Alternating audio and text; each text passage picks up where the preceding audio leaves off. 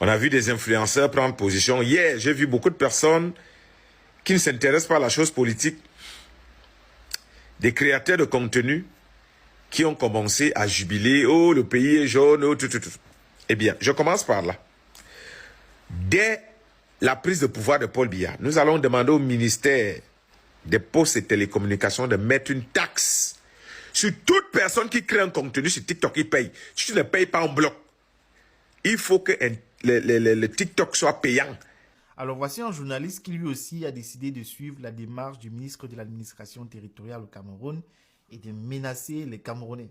Alors, déjà, depuis quand un journaliste peut-il se substituer à une autorité administrative au point de donner des injonctions aux Camerounais? Là, c'est tout simplement très grave. Ce à quoi on assiste actuellement, c'est juste lunaire. Et qui est-il en fait? Déjà, est-ce que les influenceurs ont prêté serment à Paul Biya? Jusqu'ici, nous sommes dans un état démocratique. Ceux qui produisent du contenu sur Internet sont libres de choisir pour qui ils vont voter. Je ne sais pas si en tant que journaliste, il a un poste administratif au Cameroun.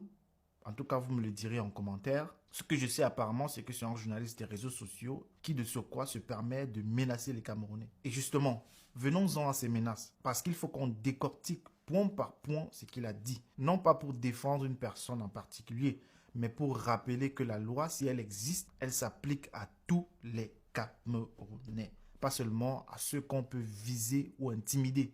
Alors, le premier point qu'on va mettre en avant ici, il parle de taxer les gens qui vont créer du contenu sur TikTok. Alors, on va lui rappeler déjà qu'une taxe, ce n'est pas une caprice. Ça se fonde sur une base légale et sur un revenu.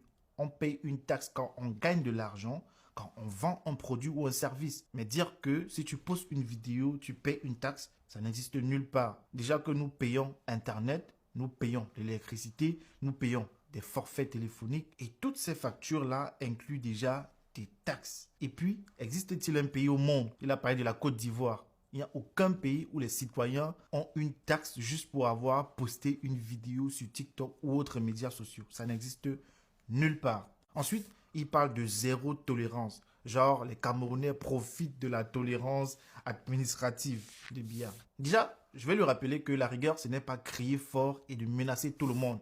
La rigueur, c'est d'appliquer la loi avec justice et équité. C'est de donner la même règle pour tous les Camerounais, qu'ils soient du nord, du sud, de l'est et de l'ouest.